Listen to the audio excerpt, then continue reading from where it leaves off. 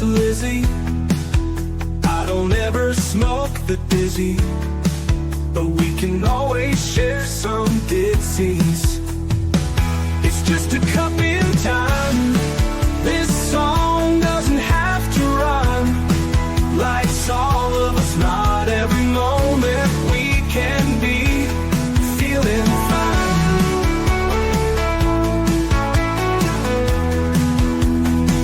I wanna share a moment, just a second if you will, maybe even a cup of thrill. We could share this performance. It's tea time, come sit with me.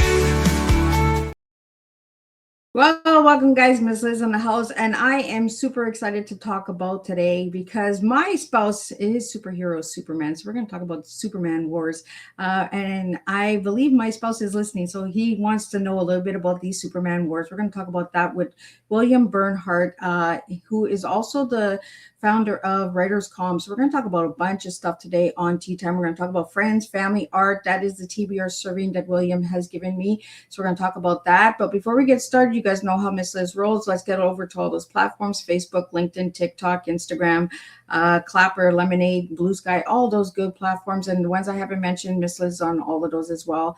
Jump over to the podcast apps: Podbean, iHeartRadio, Listen Notes, Spotify, Apple Podcasts, Deezer, Spreckle, all those good platforms as well. Give those a like, follow, and subscribe, because these tea times do make a difference for the guests and for listening audience that resonate with the topics that we bring to the table. And also jump over to babyboomers.org. Miss Liz has been partnered with them for about 3 years now. And if you're looking to be featured on different podcasts, there's over 50 different podcast hosts that are featured on babyboomers.org. Check those guys out as well. There might be a flavor that you're interested in listening to. And I always like to support all of my colleagues out there that have an amazing podcast. So let's get started with disclaimer and then a beautiful intro, and then we're going to get William in here and we're going to spill some tea and have some fun today. Disclaimer for Miss Liz's Tea Time live show. Miss Liz's Tea Time is a global platform dedicating to sharing real life stories, diverse perspectives, and meaningful conversations that inspire awareness, healing, and connection. I'm Miss Liz is going live using StreamYard. Before leaving a comment during the live broadcast, please grant StreamYard permission to display your name at StreamYard.com. Please be advised that all the content brought forward during any Tea Time show is presented in good faith. However, discussions may include opinions, beliefs, and perspectives that do not necessarily represent the views of Miss Liz or the Tea Time platform. Information shared by guests is based on their own experiences and is perceived to be accurate at the given time of airing. All guests, viewers, and participants are responsible for using their own good judgment when considering any action or decision that may relate to these discussions. Some episodes may cover sensitive topics, including but not limited to trauma, abuse, grief, mental health, and other emotionally triggering subjects. Listeners' and viewers' discretion is strongly advised. Tea Time with Miss Liz is an open discussion forum designed to offer insight, inspire awareness, and create connection. It is not a substitute for professional, medical, legal, or therapeutical advice. If you require professional support, please seek assistance from qualified professionals or trusted resources in your area. If you have any questions regarding this disclaimer or the content of the discussion, you are welcome to contact me, aka Miss Liz, directly at bookingmissliz@gmail.com or visit my link tree at Miss Liz's Tea Time. By choosing to participate in, comment on, or view these live shows, you acknowledge and accept this disclaimer. Your participation is entirely voluntary. I, Miss Liz, welcomes you to join the conversation with an open heart, and if at any time you feel this platform is not right for you, I respect your wishes and decision and welcome you back whenever you are ready. Tea Time with Miss Liz is serving truth and awareness one cup at a time. Well, welcome to Tea Time with Miss Liz, where stories remind us that justice, courage, and imagination all begin with one powerful question: what if? Today's guest has spent decades captivating readers through legal thrillers, unforgettable characters, and stories that challenge us to think more deeply about justice, humanity, and the choices we make. Of Red Sneaker Writing Center with more than 50 published books. William has become one of the most respected voices in legal fiction while mentoring thousands of inspiring writers around the world. Today, we're celebrating his latest novel, The Superman Wars, a thought-provoking story that explores power, heroism, responsibility, and the timeless questions of what truly makes someone a hero. Throughout his remarkable career, William has shown that great stories don't simply entertain, they encourage readers to ask difficult questions, challenge assumptions, and discover new ways to see the world. Today's Tea Time will explore the inspiration behind the Superman Wars, justice, ethics, and storytelling, building unforgettable characters, and the craft of writing and creativity, and what if truly means to be a hero.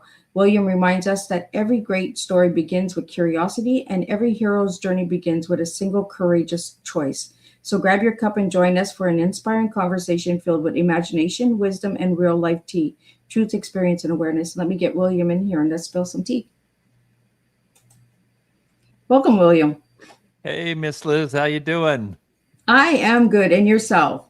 I'm great. Hey, can I just say one thing up quick? I know this was a slip of the tongue, but the Superman Wars is nonfiction. It's not a novel. I wrote it from Jerry Siegel's viewpoint, but it's absolutely every word of it is true. It's nonfiction. You Got had it. me there for a minute when you said at first, and his last book, and I'm like, what is it? But then you corrected that to latest. So, okay, latest is okay. Last book, I'm done writing? Oh, no. Yeah, right. I can take up painting now or whatever. or paragliding, or I believe that is what your hobbies are, right? So we'll get into all those little hobbies in a little bit. But William, let's get to know you a little bit before we get into all the books and all the incredible stuff that you do. Who was William as a little guy, and who's William now? Well, this little guy always wanted to be a writer. That's not totally true. I am told there was I know there was a period where I wanted to be a librarian because I went to the library every day. It was easy walking distance in this small Oklahoma town where I grew up and fell in love with books. So of course I wanted to work where the books were. But then around the time I turned 7, I started to realize that these books don't just magically appear, they're not spontaneously generated. Somebody writes them, like that's their job. And I thought, well, that's the job I want. That's the coolest thing ever. So I started talking about being a writer, which didn't always play well in, a small town Oklahoma where there were no writers and weren't many people who could tell me how to get there. So, William, how old were you when you wrote your first book? Well, I've been writing it for so many years. I don't know. It was published when I was 31. Let's go with that. So it's a good year. Yes. Yeah, good year. It's 91. My oldest boy, Harry, was born about 3 months before in August. And then my first book came out in December and immediately shot to the top of the charts. So yeah, I thought this was a heck of a good year. Everything worked out well. So, William, tell my listeners a little bit about who you are today. Well, today I'm still a writer. And as you've already announced, I've segued with this last book from fiction to nonfiction. I've done other nonfiction books like the books on writing, which I think you mentioned, but this is the first history biography book. And so that's a big change of pace for me. I also run a small publishing company. No, I did not publish my own book, but I did publish other people's books. And I run a series of writing conferences called WriterCon, which you also mentioned. WriterCon, just in case somebody's trying to Google it. And we have an annual conference every year over Labor Day weekend and have other programs throughout the year, like the small group retreat, which actually is happening next week. I seen all that. You got a retreat coming in July, and then you have the 19th annual WriterCon coming in September. Right, September 4th through 9th, I think. Labor Day weekend in Oklahoma City. 4th to the 7th is what I got on my paper. See, I did my homework. I'm a good girl. Good job. So, William, let's talk about the Superman Wars. What started with the Superman? Do you mean how did I get started looking at this, or how did Superman Were get you a started? little guy when you got into Superman, or were you the older Superman hero? No, I loved comic books when I was a kid. I mean, I still do really, but I do read other things from time to time. But when I was young, I loved comics, and Superman was my favorite. I'm not even sure at the time I could have articulated why, but he was. Part of it was that his adventures tended to be more science fictional, and I loved that. You know, he had the Superman title which were usually fighting with bad guys, and then the Action Comics title, which in that era was more science fiction adventures. He'd go to other planets and meet strange bird people or whatever. And I love those stories. And I think I also love the idea that here's a guy, like Clark. I was way more like Clark Kent than Superman as a kid, and still am. I'm even wearing the glasses today. But, this idea that you can seem to everybody else like this weak, sniveling coward and very unimpressive. But in reality, you're the strongest guy around. You're just keeping it to yourself. And I think that's really appealing to a lot of people. I mean, Superman's loved around the world, and I think that's part of it. Here's the guy with so many powers, he could just take over if he wanted to. But he doesn't, because he really doesn't want to. He would rather be meek, mild-mannered reporter Clark Kent and, stay out of the spotlight and then just kind of help people when they need it without taking anything or expecting anything for it. I mean, now that's a hero. You know what, William, you're making me look at Superman in a different light, because I always had an issue with Superman. I was just like, okay, this guy is just too normal for me. But you explaining Superman that way. What do you expect? I can say that because I'm an Oklahoman. Anyway, but I always looked at Superman as like he didn't like Spider-Man. He had the webs, he flew around and everything. But Superman was kind of more to himself, which a lot of men are. And I think that's why a lot of men are drawn to Superman, because they want to keep that kind of second identity to themselves, right? Maybe. I got to point out that Lois Lane was there in the very first Superman story. She was there from the start, and this sort of weird love triangle, where one guy is basically two sides of the triangle, depending on what outfit he's wearing at the moment. That was really pretty a genius level idea. There had been other heroes with secret identities before, Zorro, the Scarlet Pimpernel. But this idea of, the woman who knows both of them but doesn't recognize it because he's wearing glasses. Okay, sure, whatever. But but more importantly, that, she's exposed to Clark all the time, but she's crushing on Superman, not realizing that they're both the same person. I think that had a lot of appeal. So, William, if you take off those glasses, are you turning into Superman? No, I'm already there. Truth to tell, you probably can't tell, but my left eye is really swollen this morning and I couldn't get my contacts in. So that's why I'm wearing glasses. That's the only reason. I was going to say, guys, I really have Superman here, but... Yeah, whip off the glasses. And I should have put a white shirt on this so that I could whip it open at some dramatic point, but... Well, William, we have a question here from Dawn for you, and it's, what first inspired you to become a writer? Hey, Don, thanks for the question. What first inspired me to become a writer?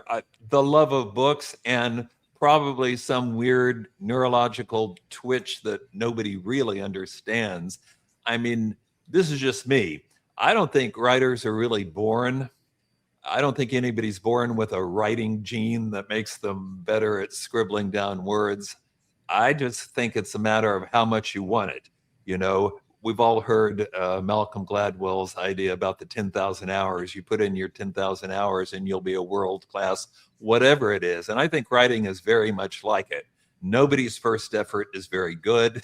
Certainly mine weren't. But you keep writing and you keep writing, and eventually your work is publishable. So what inspired me, I'd have to say, is just a love of books and thinking this is the coolest thing out there. My heroes growing up, even as a teenager, were all writers.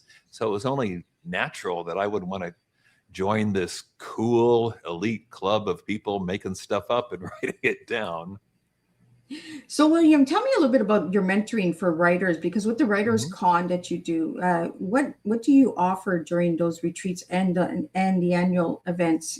Is there different things that happen during those two events? Yeah, very different. The conference over Labor Day weekend is, a big conference. We have a lot of people there, about 300 last year, and we'll have a bunch of speakers, over 60 speakers this year.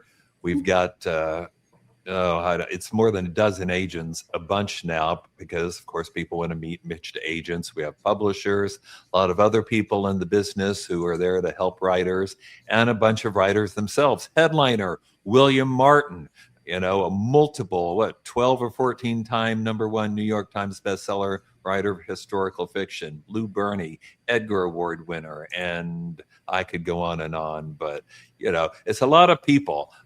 And a lot of classes and a lot of chances to pitch or to consult with people. But to me, the best part of it is, you're surrounded by your tribe. Writers tend to be, I don't think this is going to be a newsflash, tend to be introverts.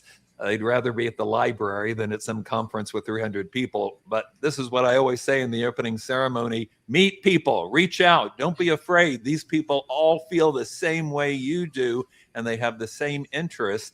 And there's going to be a time when you need to network or get second opinions or ask somebody a question. Speaking of the book, which is about Jerry Siegel, this is what he didn't have as a teenager during the Depression in a low-income family. He didn't have, his father passed when he was young. He didn't have anybody he could consult, and as a result made a lot of mistakes. I don't want anybody at WriterCon to make those mistakes. So, listen up, learn what you need to know, and make friends. That's the conference. Now, the retreat is a much smaller affair. I try and keep it to, enough that we can split up and have small groups, and I can actually read people's work and give direct one-on-one feedback, which, is really the part that I love best. That's when I really feel like I can be helpful. And like I said, we're doing that next week. Plus, we're going to this gorgeous resort not far from Tulsa, the Caneback Break Resort. So it's a good time to learn, and good inspirational setting too. So during these conferences and the retreats, do you have publishers out there, editors out there, like so everybody in the writing field, right? Right. Everybody. You can pitch to publishers. Now, you got to bear in mind that if you're wanting to pitch to the big guns, we call it the big five, the largest New York publishers, you're going to need an agent to do that. And that'll be true for a lot of other, even, smaller, but still significant publishers. Even Amazon Publishing, you've got to have an agent. So I can't fix that. But I can have a lot of publishers that don't require agents, and I can have a lot of agents so you can get them to pitch to the big publishers. So something for everybody, whichever way you want to do it. Awesome. I'm learning so much about the writing world as an author myself, and I'm just like, I never knew about this. I never knew about the awards. I never knew about the conferences, the retreats. Yep. There's a lot of stuff out there, and that's why I love having guests like you on, William, where we can get that information out to the listeners who are looking to write a book or to publish a book, and looking for editors. That's why all these guests come to the table. They give you that information out to all of you guys. We have a question here from Kelly for you, William, and it is: did you always know legal thrillers would become your signature genre? Oh, great question, Kelly. Definitely not. But bear in mind, like I said, my first book was published in 91. The phrase legal thriller hadn't even been coined yet. That wasn't even on the map. That was about the time that John Grisham's second book is going to take off big time. It's a few years after Scott Turow did Presumed Innocent, which I think is one of the best books ever set in a courtroom. But legal thrillers would come later. I just was trying to write a good book. My first effort was, of course, being an English major, to write something very literary. The Code of Buddyhood has been published since, but at the time, nobody was remotely interested. I thought, well, let me try something that's a little more, it's a genre fiction. So I thought mysteries. I didn't know enough science to write science fiction. I certainly wasn't qualified to write romance. But mysteries, crime stories, I thought I could tell. And of course, I said it in law firms and courtrooms because I was a lawyer at that time. And that was a setting I understood. Who knew how well that was going to end up paying off from the very first Ben Kincaid novel. Like I said, it was a hit. And then suddenly I had a publisher calling me up wanting to know when the next one was going to be due, which was a pleasant change of pace from the previous, I don't know, 10 years when nobody cared what I was writing. And suddenly the worm had turned. And he's right, legal thrillers became a thing, probably not as popular now as they were in the 90s, but in a way that works to my advantage, because instead of everybody writing them, there's a handful of people who write them who really know their way around the courtroom. You know, and I think that it's awesome that we have the legal genre, because you can put some real facts into your stories in that as well. Sure. William, I want to get into your book. I have the book here. I'm going to pull it up. So for the audio listeners, if you could just describe what we're looking at here. Let's talk about the Superman Wars and what people can find from this new novel. Well, the Superman Wars is basically the story of Jerry Siegel, who is the 11th grader who came up with the idea for our first ever superhero, Superman. This is in the middle of the Depression, and a quarter of the nation is unemployed. It's tough times, and Jerry's growing up in a low-income family.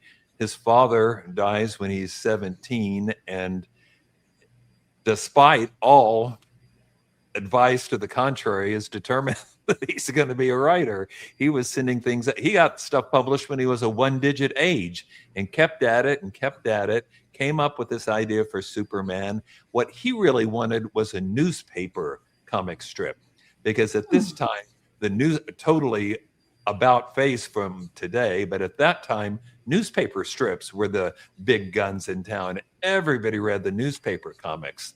They were so popular that during a newspaper strike in New York, Mayor LaGuardia read the comics over the radio so kids wouldn't miss out on the latest installment of Little Orphan Annie or whatever. And people were making real money doing that. So that's what Jerry wanted a piece of. And he spent years. So he had the idea. It goes through several iterations. That's all in the book. But eventually he gets down to the Kryptonian that we all know, the guy from the other planet who comes to Earth. And he got his best friend, Joe Shuster, to draw it. And they had all these strips, and he just sent them out and sent them out. Every syndicate in the book. And they all ultimately turn it down. It takes years, but they all ultimately, they just can't, it's too different. They're like, a guy is holding a car over his head. Sure. They just didn't understand it. That sounds like a raging bull. Like he's mad. Like, something, he didn't get his oatmeal that morning. That's right. So eventually, Jerry and Joe had been doing some comic book work. Bear in mind, the comic book in its modern form didn't exist until 1935. And that was due to a man called Major Malcolm Wheeler Nicholson, who had been former military officer and a writer himself. So he understood writers and writing. And to bottom line this, he never tried to rip anybody off.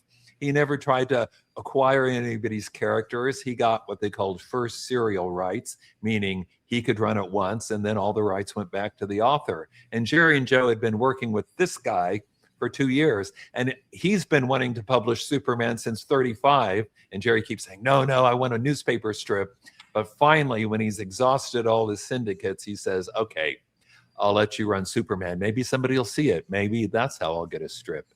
And unfortunately, and I'm not exaggerating when I say barely a heartbeat before that first Superman story is published in Action Comics #1, the Majors company is acquired by extremely dubious means by a man named Harry Donenfeld, who had mob ties. He used to brag about it, so I don't know why I can't say it. He was in tight with Frank Costello. He'd been a rum runner during Prohibition, and he'd been indicted twice for pornography. His primary interest in this comic book company was that he thought it was something he could publish and distribute that wouldn't be what they called a Sing Sing job, meaning you'll end up in prison. Comic books seem safe. What he had no idea was that literally under a year from the time he acquires that company, he's a millionaire. And that's all Superman money, because Superman is an instant hit. unfortunately, Jerry finds that in the process of getting it published, he's lost control of the character because he signed a letter agreement. People sometimes say that Jerry and Joe sold Superman for $130. That's not actually true. They got $130 for the first 13-page story. They were paid $10 a page. So that was payment for the story. Unfortunately, thanks to Harry and his associate Jack Leibowitz, there was also a clause in that letter agreement that said basically, by the way, all the rights to the characters and everything in this story now belong to the company. But there was no additional money given for that. So I would argue they sold Superman for nothing. It would, and that's what I would have argued in court too. Unfortunately, I wasn't around when the litigation starts. But bottom line is, Jerry and Joe don't own the character anymore. And yeah, they got a little bit of money in the early years, but nothing compared to what these suits who just bought the company at the last minute are getting. And the way they treated Jerry and Joe was just, I don't know any word for it other than abusive. You can, again, it's covered in the book, but there's 10 years of correspondence where Jack Leibowitz, who's running the company day to day, is just rude. He's cruel. He takes advantage of these young men's naivete and lack of business experience. He's constantly threatening to fire them, even though they've got a 10-year employment agreement. I don't know what the point of an employment agreement is when the boss is constantly threatening to fire you, but that was the situation. And Jerry did not like that at all. So what can people get from this book after they read it? And what's the takeaway that you want people to get from the novel? Well, I want people to see it as a cautionary tale because it is. We haven't gotten into Jerry's battle yet, but let me just, go in through the back door and say that this litigation goes on for almost 70 years. There are 3 different, iterations of it, and none of it goes very well for Jerry himself, but his precedent, the fact that he stood up and fought, established precedents that will in time benefit not only his immediate family, but other creators as well. That's why I've said this is the most important and influential creator rights battle of modern history, which, whether you're interested in Superman and comics or not, this is a story that is very important to everybody. And the bottom line, everybody who creates anybody, whether it's if it's writing or art, or you're creating original content for the internet like you're doing, you got to protect yourself because the vultures take a different shape and form today, but they're still out there. Why did you read 3-4 minutes of disclaimers at the top of this? Right? Because you're trying to protect yourself, right? Well, and there's so much people out there that there's so much fraudulent out there that people are pretending to be writers and pretending to be authors and they're just putting titles in front of their names, pretending to be publishers. Yeah. Yes. So we have to put these disclaimers out. It's a pain to read that disclaimer every time I come on Teatime, but I have to protect my guests, and I have to protect the people that are listening as well, to know that be careful and do your homework, like do your research.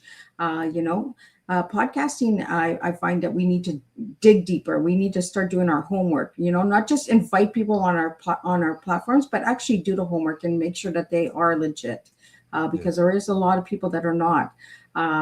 I read a story yesterday that Black Chateau put out about people claiming to be publishers and stuff like that. So we really have to be careful. It's everywhere. You were nice enough to mention the retreats. I'm telling you, almost every year, someone shows up who's given $15,000 to what amounts to a vanity press. They'll take your money, you'll get a book, but nobody's ever going to see it. They're not going to distribute it. They're just going to live in your garage you can't get the money back. You made the deal. And today, not only are there still vanity presses, many of them are aligned. They are a subsidiary of those big 5 publishing companies I was talking about. So if you're not in the know or have friends that are, it's really difficult to know if this is a legit offer or not. Although, let me just say this to anybody listening. If a so-called publisher wants you to pay them, run. That's not a real publisher. That's not how it works. I don't care if they call it a marketing fee or advertising or incentive or what they call it. Publishers should be paying you, not the other way around. Well, it's just like magazine covers, right? When people do stories and they reach out to you, we can feature you in our magazine, but it'll cost you this, and this, right? Right. Who's reaching out? If you really believe in the person and you believe in the story, like write the story. I always tell them that, write the story. Let me see what you're going to offer me. And how come I've never heard of your magazine before until today? Or, you know? I mean, it depends on the person. If you just want to frame that magazine cover and put it up there and think, hey, you know, my mom won't know the difference, so that'll look cool, fine. Absolutely. But on the other hand, given the internet tools we have today, you could probably make that up yourself. You don't need to pay somebody for junk that won't get you anywhere. Absolutely. Well, we have some questions that are coming in that I want to get out to you, and then I want to get back into the Superman Wars and all that good stuff that you're doing. William, this comes from Gerald. Which of the 60 plus books is closest to your heart? And I know this is hard to answer as a writer. Yeah, no, it's not. It's The Florentine Poet.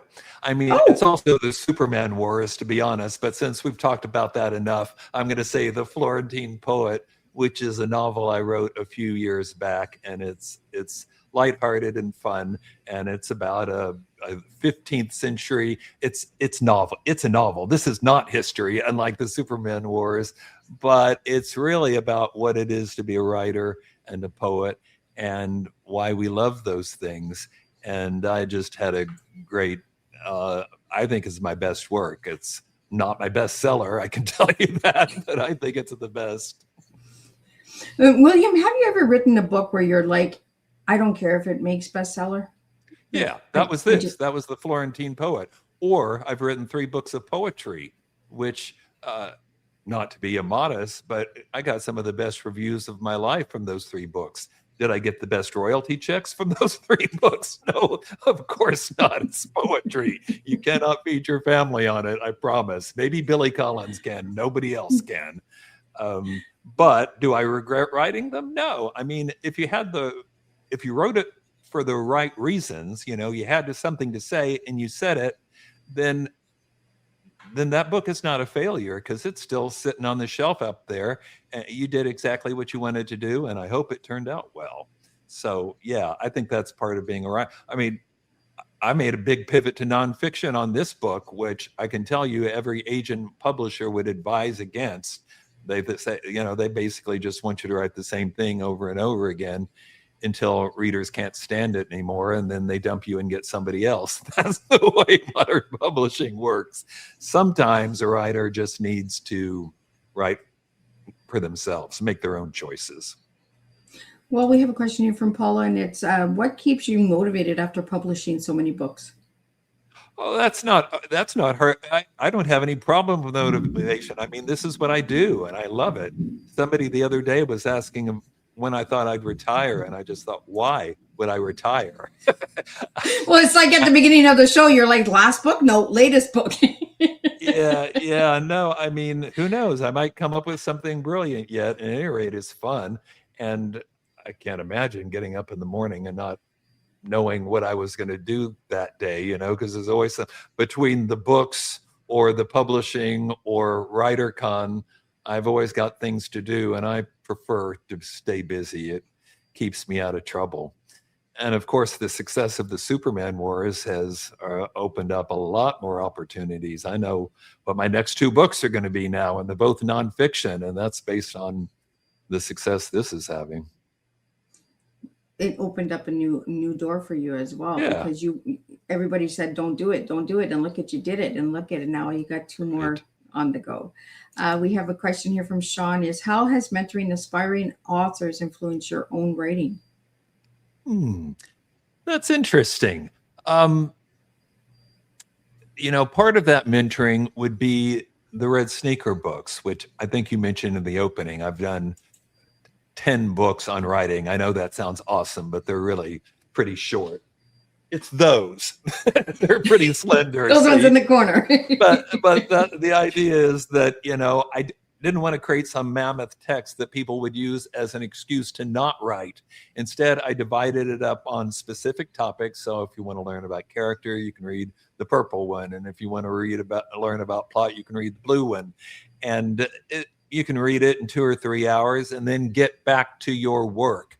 I want it to inspire work, not to take you away from your work. And so that's why I did it that way. But the question was, though, how's it influenced my work? I think that thinking consciously about what I was doing, I'd been doing it for decades at that point, but when you start to sit down and think, well, what does make a good character? What does make an interesting plot? And become more conscious about it, I think that makes you better at what you're doing. That's one of the things I emphasize at the retreats is, understand what you're doing. This romantic idea, I'm just going to sit down and the muse will whisper in my ear and I'll just start typing something. That's really not where great books come from. There is a certain amount of planning and forethought that should go into it. And I think teaching did improve my writing. I've had people of all stripes and sizes at WriterCon, great top best-selling writers, and we won't be mentioning names, but sometimes the best-selling authors are not the best teachers, not because they're not good at it, because they've never really thought about it in the way that I just mentioned, like, what am I doing and how would I teach it to somebody else? And so the teaching part is kind of awkward. Their books are wonderful, but they're not necessarily the best teachers. Well, we have a question here about characters. You started talking about characters, William, and it's between Ben Kincaid and Daniel Pike. Did one character surprise you more while writing? Oh, what a nice question. Thank you. Just to fill in everyone, Ben Kincaid was the character in that very first book I published in '91 called Primary Justice. I didn't know it was going to be a series character, but what a gift. That book took off, and like I said, the publisher wanted more. We ended up doing 19 of those, and I've got a draft of the 20th, because how can you leave something at 19? You Right? got to round it off. But I had to set that aside so I could. Superman research ended up taking about twice, if not more, as long as I thought it would.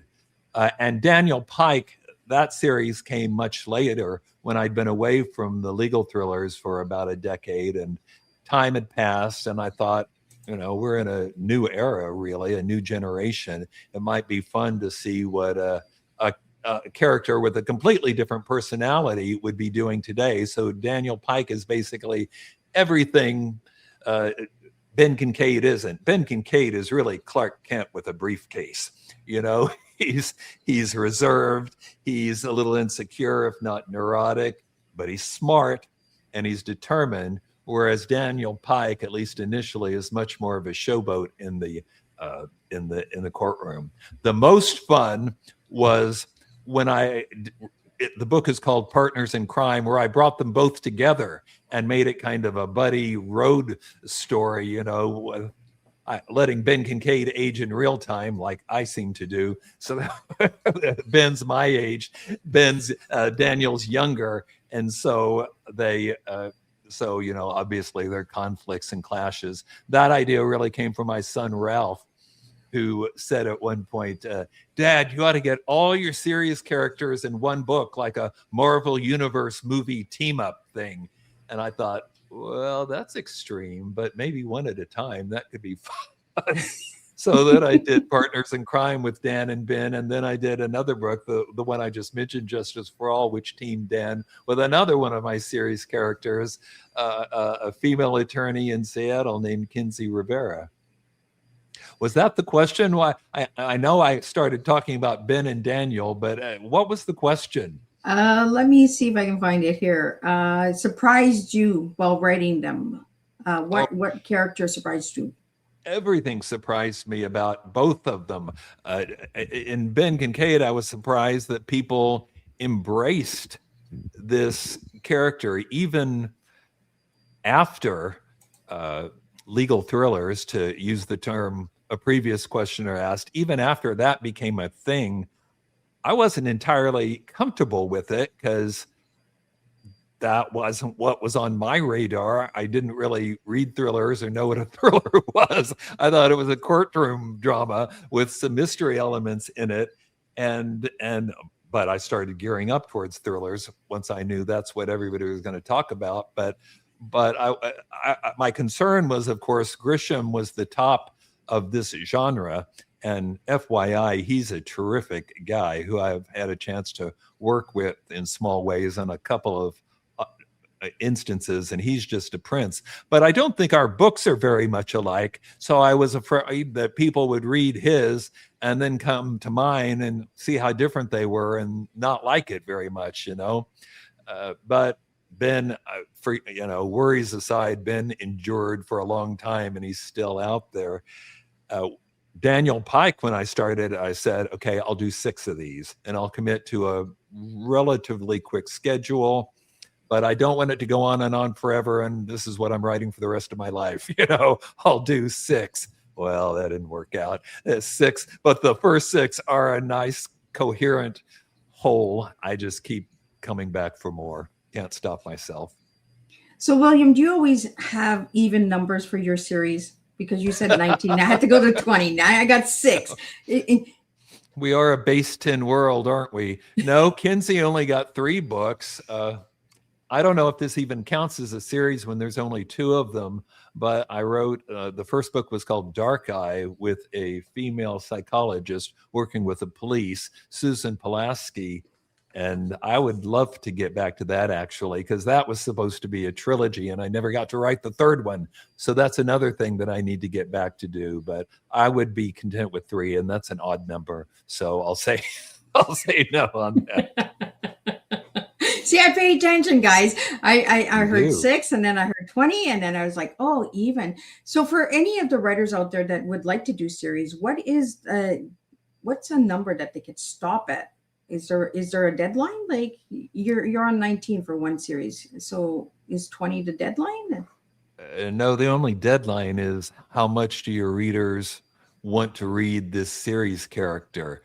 I could talk for a long time about series characters. Publishers love them because it's the closest thing publishing ever gets to a sure thing, Like if this Ben Kincaid sold X many copies, then the next one will probably sell about that. There's not as much risk involved. Series characters are sort of plot insurance, because even if people aren't very interested in the plot you came up with for this one, you hope they'll think, well, I got to see what's going on with Ben, and what's happening, so I'll end up getting it anyway.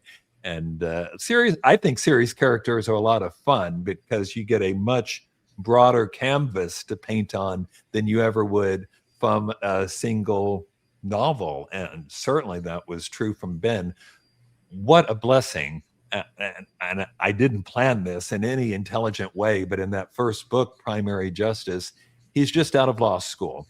And the book opens on his first day at work at this big law firm he signed up with, which does not go very well, as you might imagine. But my point is, he's young and he's immature and he's not very experienced in the courtroom yet. So there was room for growth. There was an arc to take him on over the course of the next many books. And I think that's a lot of fun. I actually kind of enjoy, I wouldn't want to do it every time, but I like series characters, and I think readers do too.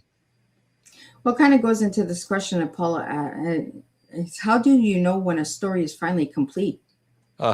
You don't. You just stop at some point. You just stop. It's never complete.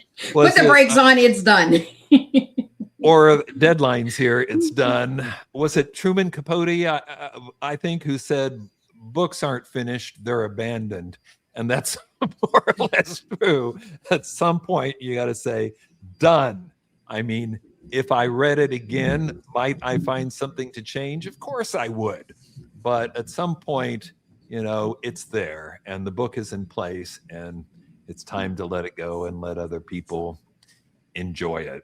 I could have done that with the Superman wars, because it seemed like every time I turned around, something new broke or something new happened. We had a new Superman movie last year, and that caused all kinds of Superman hubbub and things going on in people's lives. But when the deadline hits, it's over. So you got to turn it in. Absolutely. The question probably came from an aspiring writer, or maybe someone who's published a little and wants, some good, like I could say 5 drafts and then you're done, but you never know. It's your own sense of when this is at least more or less mostly in place, and then send the book to some beta readers, some friends, or just associates who will give you an honest appraisal. I hesitated to say friends because if all your friend says is, "Oh, Bill, that was really great," well, that's not helpful. Yeah. Except You maybe need to your good feedback. It will not make your book any better. You need somebody who will look you in the eye and say, "Bill, this scene just doesn't work," or "This character doesn't make any sense to me," or, "I didn't like this part at all." If you get that kind of feedback, it's time to go back and write some more.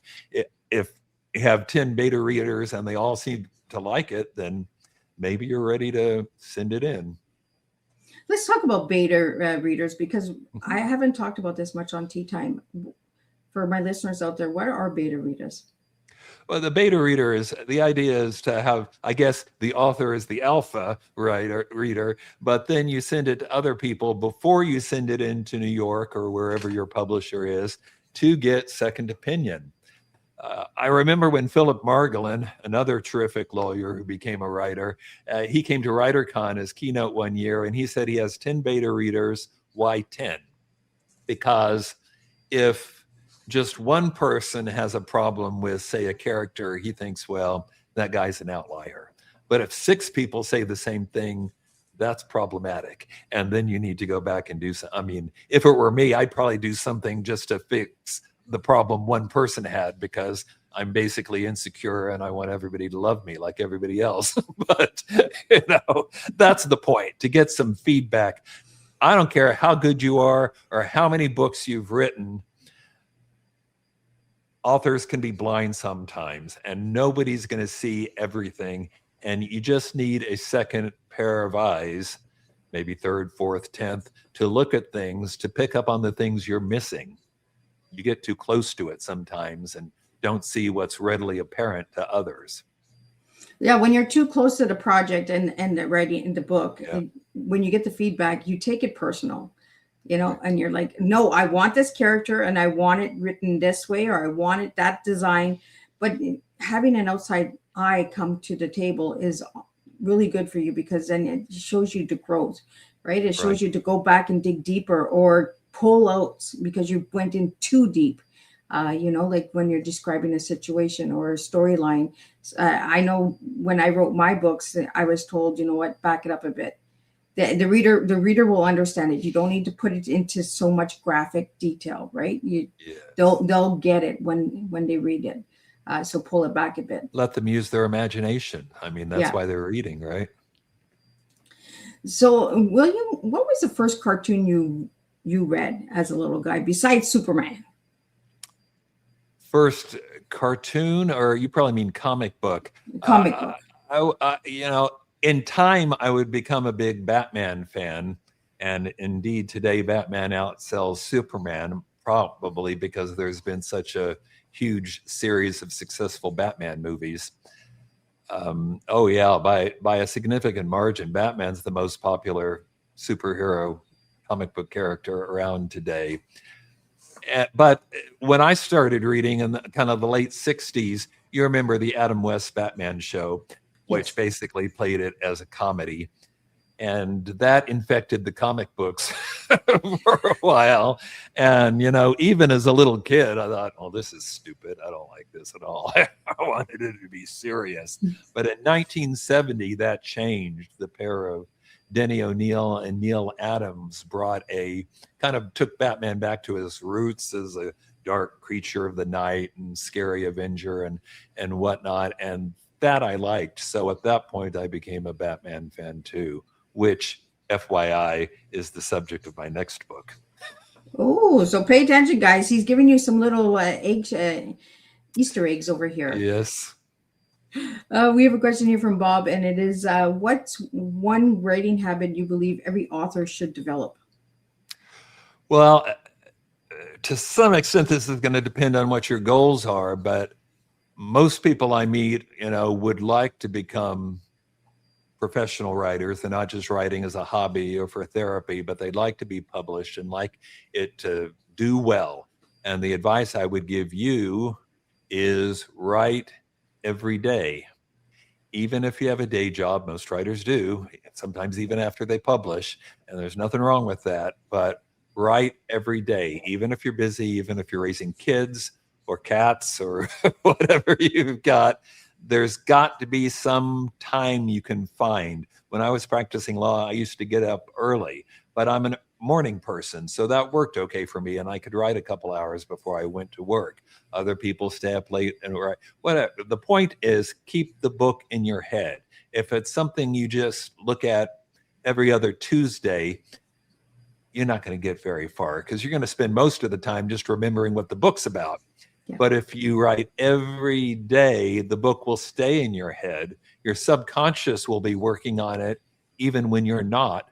So when you sit down and write, instead of spending an hour gazing out the window trying to figure out what happens next, you're ready to rock and roll, and that's how you get a book.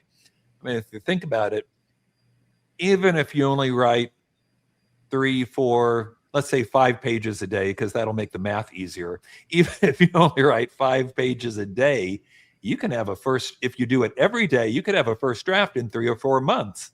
And sure, that first draft is going to need a lot of work, but you're a lot further ahead than you were before. And now you can go back and do the second draft, which will take less time. And the third draft, which will take even less time, I hope. And on like that until finally you get the work done. Treat it like a job. If you want it to be a job, treat it like a job, not a hobby. Write every day and don't quit. It is very easy to get frustrated because writing is hard. And many times you'll think, oh, I must be the worst writer in the world. You're not. Writing's just hard. Don't quit. Stick with it. Put in your 10,000 hours. You can do this if you don't quit. William, I want to talk to you about your hobbies, and then I want to get into your tea before we wrap up. We're almost at the end here. I want to talk about the paragliding and surfing, and also Jeopardy champion. So tell us a little bit about all of that good stuff. Oh, well, what is there to say? I went surfing. I have pictures. I can prove it. I was on the board. Paragliding doesn't really require any skill. You just hang there. Scuba diving, fun. But Jeopardy, that does require some skill, mostly just to get on the show. And I did, and it turned out okay, although I was in my mid-50s by the time I made it. And not making any excuses, I did win, but let me tell you, I was the oldest person in that green room by probably 20 years, and that does matter. I at the rehearsal, I kept ringing in, and of course, I never got in because I wasn't quick enough. The kids were beating me out at every time. At one point, the producer came up to me during the rehearsal and whispers, "Bill, are you trying to ring in?" I'm like, "Yes, I'm trying to ring in, but it's not working." And I thought, oh, it's not fast enough. Yeah, this is going to be a disaster, but it turned out okay. The biggest thrill, of course, was just getting to stand on that stage. I've been watching Jeopardy! True since I was 4 years old, and now I got to do it, and I got to meet Alex Trebek, and how cool was that? That was a great experience. So that was kind of like a little childhood dream. Yeah, it really was. That was like publishing a book and creating crossword puzzles. That was a bucket list item that I was very glad to complete. Well, William, I want to get into your tea because the words that you gave me was family, friends, and art. Why'd you give me those 3 words for your tea? For my tea? I forgot, what does TEE stand for? It's your story. It's an acronym, isn't it? Yeah, it's your story, your words. Family, friends, art, did I say? Yes. I'm probably trying to tell you what is most important to me, although it should probably be family, friends, art, and cat. But I mean, he's family comes first. And that ties back into Jerry Siegel's story in the Superman Wars, because as I said, there's 70 years of litigation starting Jerry served in World War II, and he comes back and finds out not only have these guys taken over the whole Superman operation, they've run a script of his for a character called Superboy that they didn't even buy. They had no legal right to at all. They turned it down. And then when he's overseas serving his country and can't do anything about it, they run it anyway, which is why he sues first in 1947, which only results in him being fired. And worse, they remove Jerry and Joe's credits from the Superman feature, which we could argue about the legalities all night long, but erasing their credits, that's just wrong. That's just morally and ethically wrong. And he suffered a lot of hardship. It's in the book, but I don't want people to think that this is going to be a depressing read, because it's not. Because what happens? Jerry gets his wife, Joanne, who, by the way, was the original model for Lois Lane, and she becomes the agent he never had. And even after Jerry passes in 96, she continues the fight all the way up. Those guys are still deposing her when she's 93 years old, for Pete's sake. They are clearly just trying to drag this out. And when she passes, their daughter Laura takes up the fight, and it's not finally resolved until 2016. But it is a triumph for family, and to me exemplifies the power of a family that sticks together. Now, Jerry's family is doing okay, and that's because they stood together and fought for what they believed. And not only has it benefited them, but it's benefited many other creators in the comic book world and other realms as well, just because Jerry Siegel was the first American writer to stand up and sue his publisher. Sometimes you got to. Yeah. You Well, got to fight. he fight thought for so. yourself. He thought the whole artistic community would rise up and support him. That did not happen for a long time.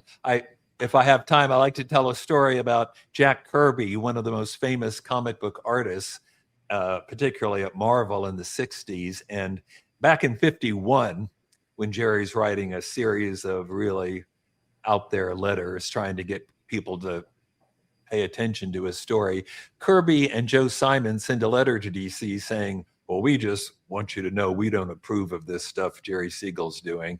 I mean, he thought they'd support him, and instead nobody supports him. They're just sucking up to the boss. Flash forward 4 decades. Guess who's suing now? It's the Jack Kirby estate, and they're bringing the exact same claims because now Jerry Siegel's family has proven they can be profitable. They even hire the same attorney to represent the case. So, like I said, Jerry's fight benefited a lot of people later on, even though he went through much trouble himself to establish those precedents.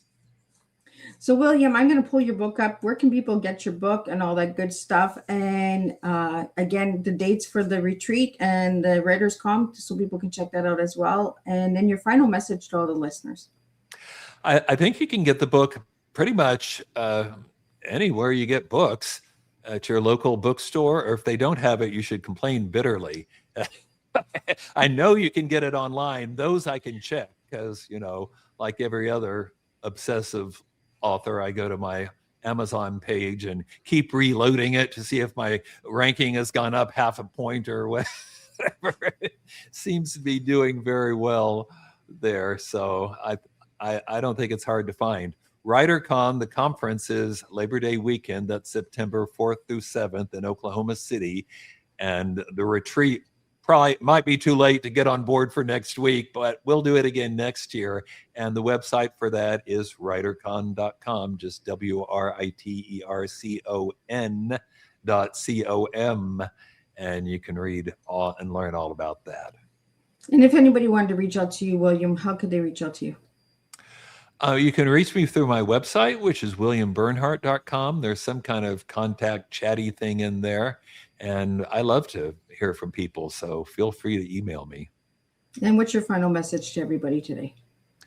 Well, my final message to creators would be, like we were saying before, protect yourself.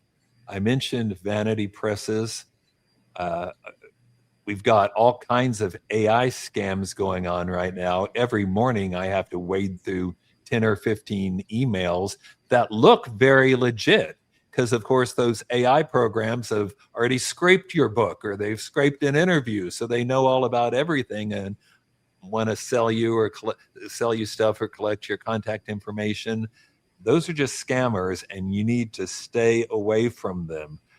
You've probably heard about the Anthropic lawsuit, which, you know, props to them. They set aside a fund to compensate authors, but now some authors are finding they can't collect because their publisher didn't copyright the book or didn't get a Library of Congress number.